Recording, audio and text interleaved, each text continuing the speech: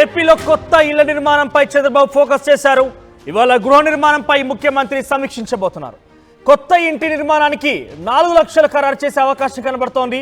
ఇందులో కేంద్ర ప్రభుత్వం వాటా కింద 2,50,000 రూపాయలు ఉండగా రాష్ట్ర ప్రభుత్వం ఇవ్వాల్సింది 1,50,000 రూపాయలు మాత్రమే. అయితే కొత్తగా PMAY U 2.0 కింద ఈ పథకం ద్వారా డ్రాఫ్ట్ గైడ్ లైన్స్ విడుదల చేశారు. కొత్తగా ఎంపిక చేసే లబ్ధిదారులకు మాత్రమే వర్తించబోతోంది. ఇక PMAY U 2.0 పథకం కింద 3 కోట్ల ఇళ్ల నిర్మాణాలు ఉండబోతున్నాయి. పట్టణ ప్రాంతాల్లో పేదలకు కోటి ఇళ్ల నిర్మాణం చేపట్టబోతున్నారు. ఇక ఏపీలో ఒక్కో ఇంటికి నిర్మాణానికి 4 లక్షల రూపాయలు వెచ్చించబోతున్నారు.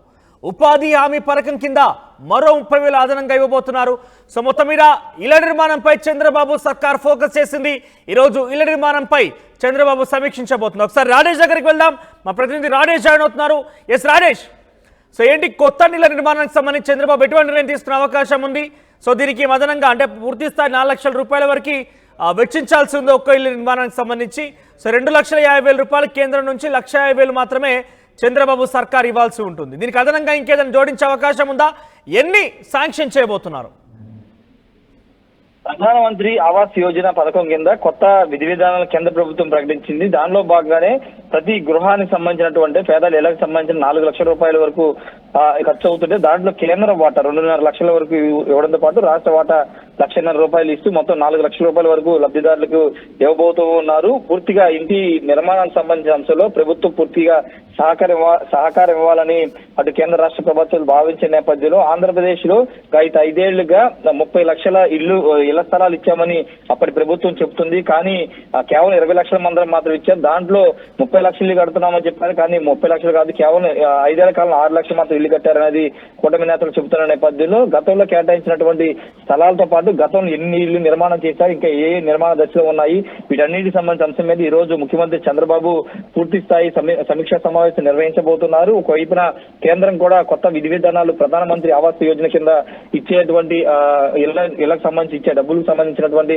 కొత్త విధి విధానాలను రూపొందించిన నేపథ్యంలో దానికి అనుగుణంగా ఇప్పుడు ముఖ్యమంత్రి చంద్రబాబు సమీక్ష చేసి ఎన్ని నిర్మాణాలు ఇప్పుడు ప్రస్తుతం ఉన్నాయి, ఇంకా ఎంతమందికి ఇళ్ల నిర్మాణాలు చేయాల్సి ఉంటుందనే అంశం మీద రివ్యూ చేయబోతున్నారు. గత 5 ఏళ్ల కాలంలో గృహ నిర్మాణానికి సంబంధించిన అంశం, హౌసింగ్ సంబంధించినటువంటి దాంట్లో పెద్ద ఎత్తున అవకతవకలు జరిగాయనే ఒక ఆరోపణలు ఉన్నాయి. పూర్తిగా అసైన్ ల్యాండ్ అంటే భూములు కొనుగోలు విషయంలో స్థానిక ఎమ్మెల్యేలు కీలకంగా వ్యవహరించారు. భూములు కొనుగోలు అక్కడ ఉన్న ధరల కంటే అధిక ధరలతోనే ప్రైవేట్ భూములు కొనుగోలు చేసి ఇళ్ల పంపిణీ కార్యక్రమం, స్థలాల పంపిణీ కార్యక్రమం చేశారన్న ఆరోపణల నేపథ్యంలో దాని మీద కూడా ఈ రోజు హౌసింగ్ శాఖకు సంబంధించిన సమీక్ష చంద్రబాబు మాట్లాడబోతున్నారు. గత ప్రభుత్వ హయాంలో ఏం జరిగింది దానికి సంబంధించి కూడా నిర్ణయం తీసుకోబోతున్నారు. ప్రస్తుతానికైతే ఇప్పుడు కొత్త విధి విధానాలు రాబోతున్న నేపథ్యంలో కేంద్ర వాటా 2.5 లక్షలు, రాష్ట్ర వాటా 1,50,000 మొత్తం 4 లక్షల వరకు అటు పట్టణాల్లో పల్లెల్లో ఇవ్వబోతున్నారు. దానికి అనుగుణంగా లబ్ధిదారులకి సంబంధించిన అంశంలో వాళ్ళకైతే 4 లక్షలు అయితే ఇవ్వబోతున్నారు.